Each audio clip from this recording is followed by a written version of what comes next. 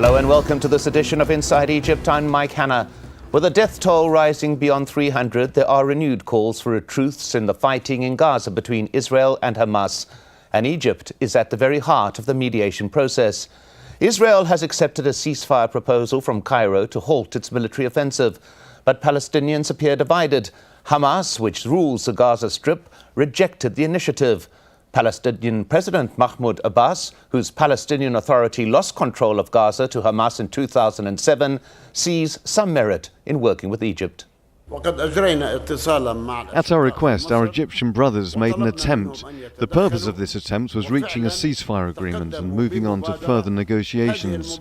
This agreement is almost the same as the one that was signed in 2012. Israel accepted this agreement, so we should accept it as well to weaken the Israeli side's position. Well, Egypt said on Saturday it had no plans to revise the ceasefire proposal that Hamas rejected, drawing the contention by some that Egypt is not acting as an honest broker. Above all, it does not matter if the truce came from Sisi or from Israel. Is Sisi part of the conflict? He's not a party to the dispute. Above all, Sisi himself is unjust as he led a coup. There is no difference between him and other oppressors. Sisi closed corridors of food in the face of Hamas and closed passages for humanitarian aid. Egypt closed the humanitarian corridors to Gaza from Israel. Egypt and Israel are working as partners. Which truce are you talking about? Well, Egypt has long played an important role in Gaza, stemming from a time of great change in the region. The 1948 Arab-Israeli War led to the creation of Israel as an independent state and saw Egypt take control of Gaza a year later. Gazans remained under Egyptian military rule until 1967, when Israel occupied the Strip and the adjoining Sinai Peninsula following the Six-Day War. Israel ended its occupation of Sinai in 1982, but remained in Gaza until a unilateral withdrawal in 2005. Egypt continued to exert control over the Strip through its border crossing in Rafah, and it has always been prominent as a mediator, most recently brokering a truce in November 2012. Well, let me introduce our guests for this edition of Inside Egypt. With me here is Mahmoud Hamad, Associate Professor of International Relations at Drake University and author of the book Generals and Judges in the Making of Modern Egypt.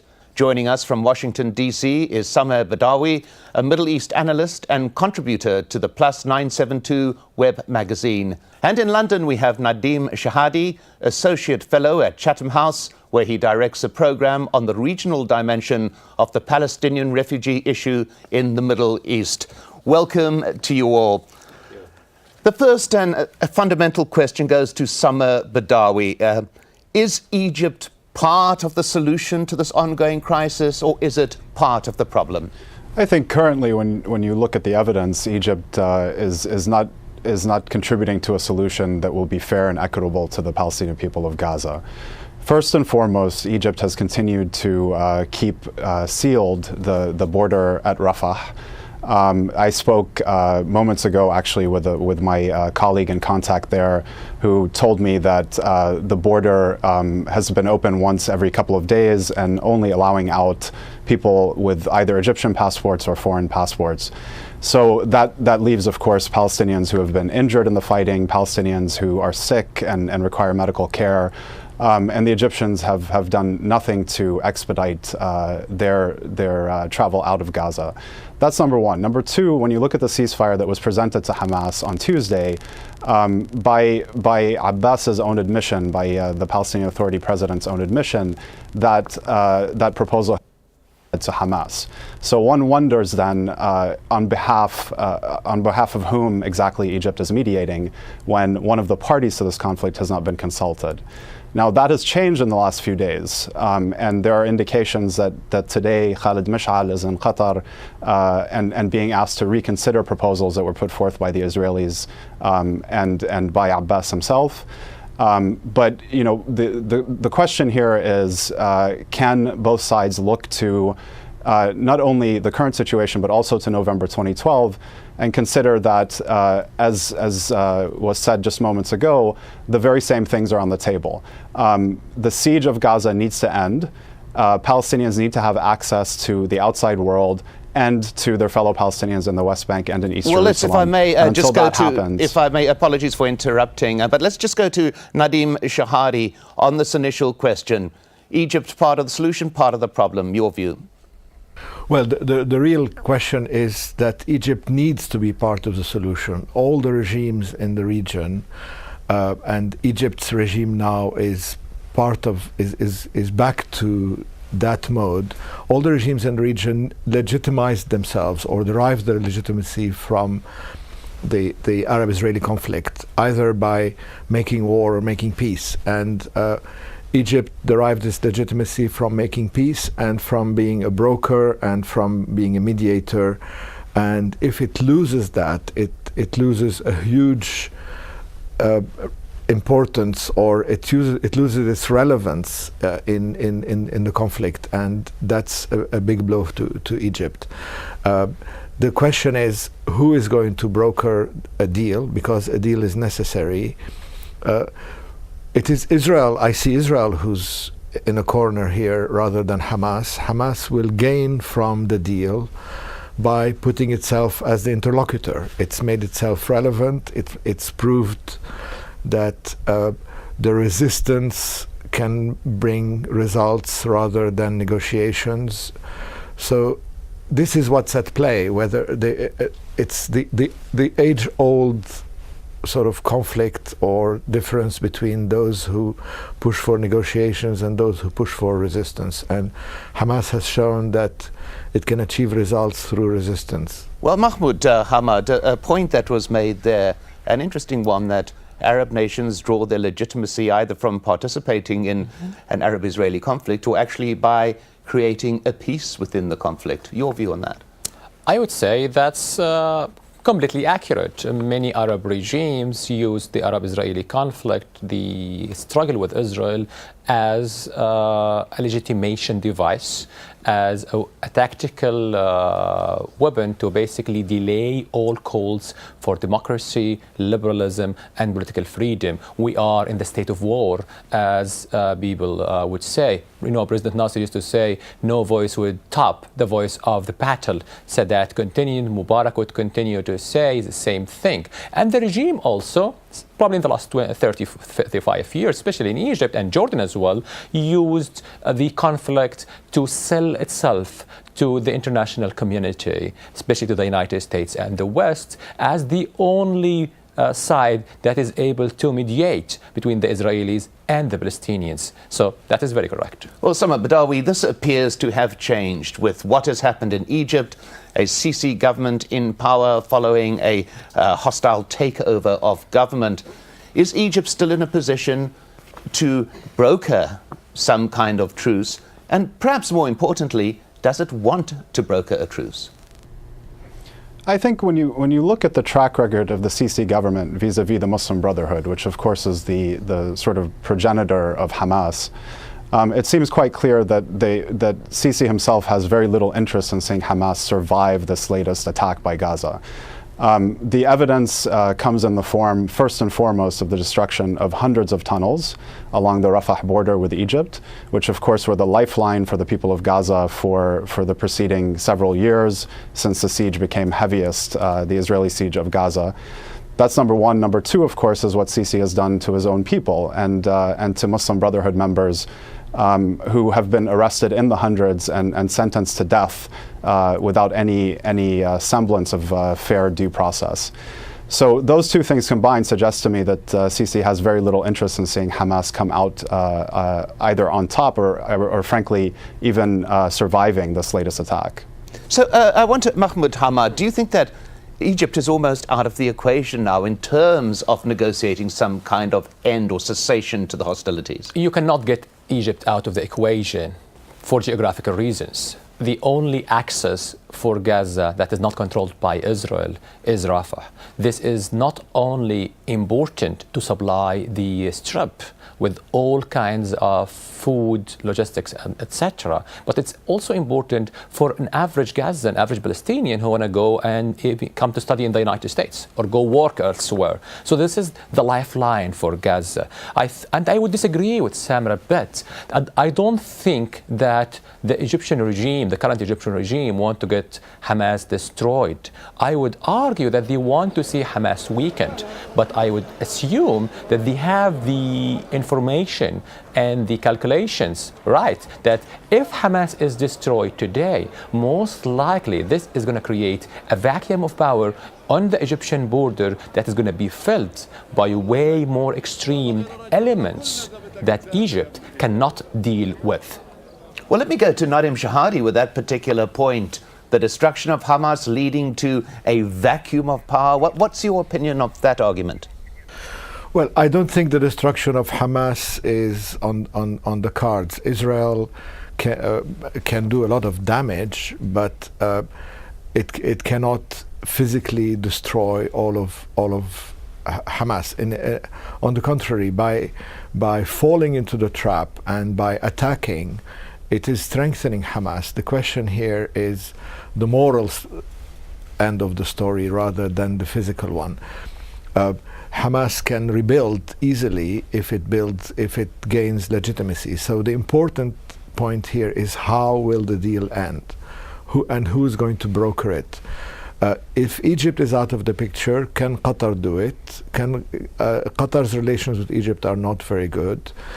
And the big question is whether Iran has a role to play, because Iran and the Syrian regime have been supplying the arms to Gaza, and they are very good at playing arsonist firefighters. They played it in Lebanon, they play it in Iraq, and in a way, this is the question here: who is going to come on top as the mediator, as the firefighter who can broker a deal, and Hamas will win morally whatever the deal is. Well, Samar Badawi, I mean, that issue about Qatar mentioned there, elements within Hamas have suggested that they will not accept any deal that is not endorsed by Qatar. Yet, as was pointed out there, the Egyptians are not talking to Qatar at all in terms of the current political relationship between them. Is this an issue, do you believe? Is this just one of the many issues that is now emerging because of the shift in power and the change in power in Egypt? Yes, I think it's quite clear, actually, that is a shift in power. But more important than that, I think, Mike, or at least as important, is the fact that Israel and the United States have, as Nadim pointed out, sort of painted themselves into a corner here. There is no way out for Netanyahu from this conflagration that he has created. It's one that he created 6 weeks prior to the kidnapping and murder of the yeshiva students in the West Bank, by announcing quite clearly to the world that he would not accept the reconciliation agreement between Fatah and Hamas. When he did that, he made clear and made plain his intentions to try to, and I again would take issue with this, the net result may not be the destruction of Hamas, but I think the intention on the part of Netanyahu, and arguably on the part of Egypt, is to do just that. So when you look at the power dynamics in the region today, I would say that Egypt, the United States, and Israel do not have nearly the leverage that they had in 2012. And on the contrary, on the part of the Palestinians, what they have in their corner is not only the ability to call on Qatar, but also the support of the international community.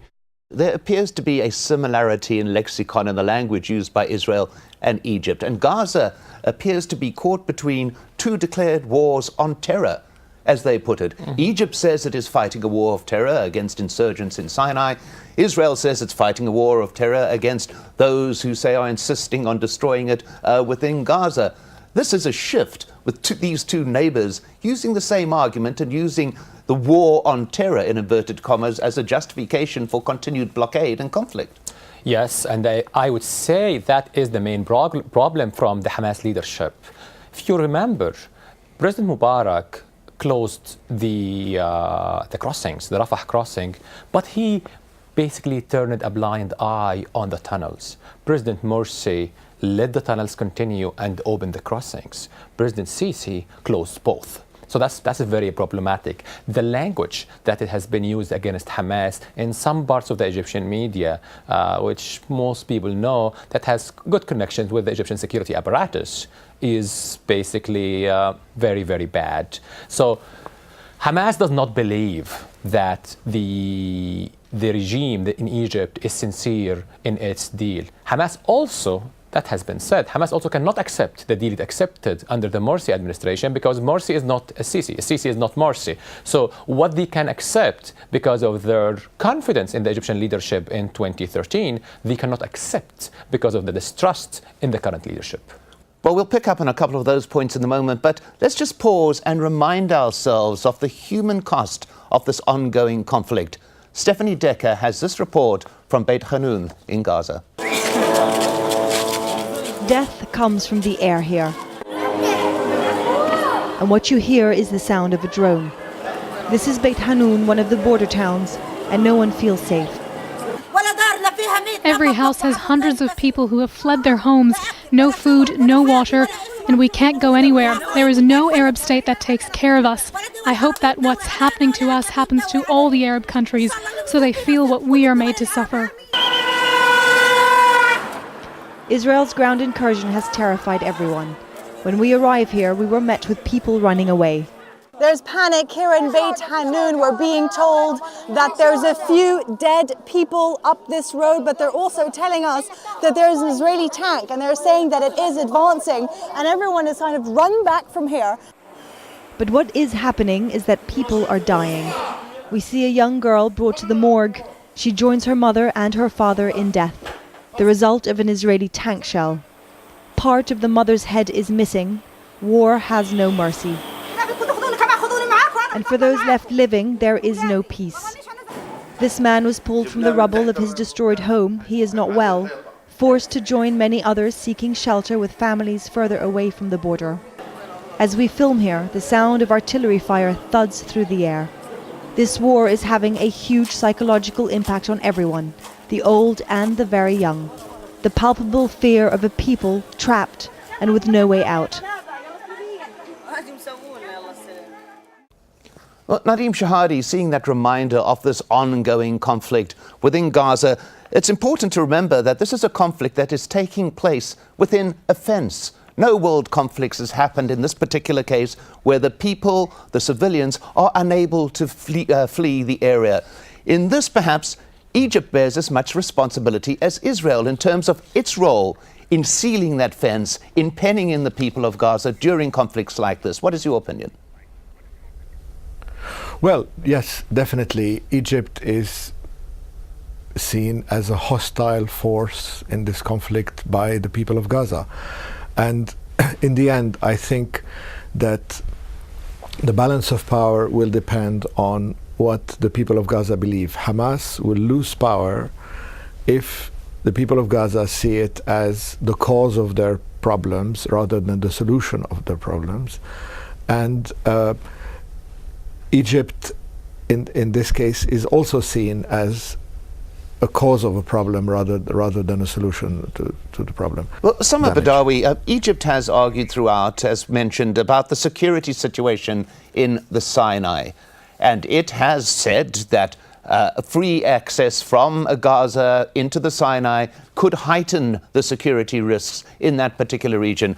How much credence do you think should be paid to that argument? Does Egypt have a legitimate argument that it has a security problem in the Sinai that would be accentuated by free movement out of Gaza? I think, Mike, there's no doubt that Egypt has a security problem in the Sinai. I can tell you that in December of 2012, about 2 weeks after Netanyahu's latest bombing campaign ended, I tried to get a taxi driver to take me from Cairo to Al Arish so that I could cross over from Rafah. And I must have asked 36 taxi drivers before I found one that was willing to sort of brave the trip. Because even in Cairo, a city that those of us on your show today know very well, and not exactly an easy city to traverse and navigate, people were deathly afraid of crossing into the Sinai. So there's no doubt that that problem exists. But really, the evidence that that this is not about terrorists, again in inverted commas, leaving Gaza, but rather about a deliberate policy on the part of the Sisi regime, is in the fact that just 2 hours ago it was announced that a convoy of Egyptian citizens going to Gaza carrying humanitarian aid was turned around. So, clearly they do not represent a security threat to Egypt and to the Sinai. These are ordinary citizens who are leaving from Cairo in a bus with, frankly, symbolic amounts of humanitarian aid, and they were turned around by the Egyptian government. That decision can only be political. Well, Mahmoud Hamad, your view on that, first of all, is there a real security problem that justifies Egypt's continued closure of Gaza, or does it use it as a smokescreen for, as we heard there, political reasons?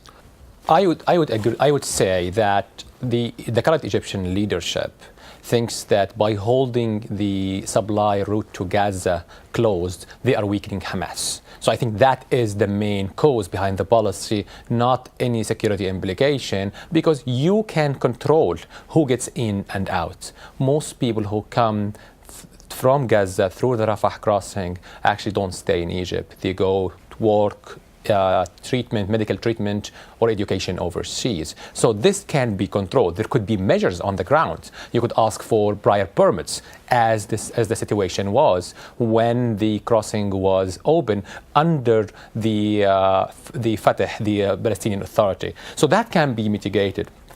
What I really think is the current Egyptian leadership is, by delivering this ceasefire agreement, is basically trying to tell the Palestinians in Gaza that you guys have been bombed for a week, for 10 days, you didn't get anything out of it. And that is the main reason that Hamas refused it.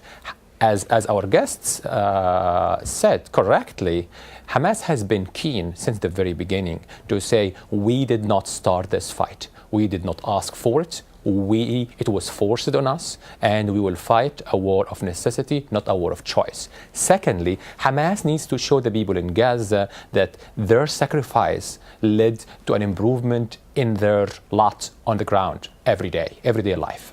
Well, Osama Badawi, I just want to return to a point that you made a little bit earlier very quickly, that Netanyahu and the US who back him have put themselves in a bit of a corner in the scenario here.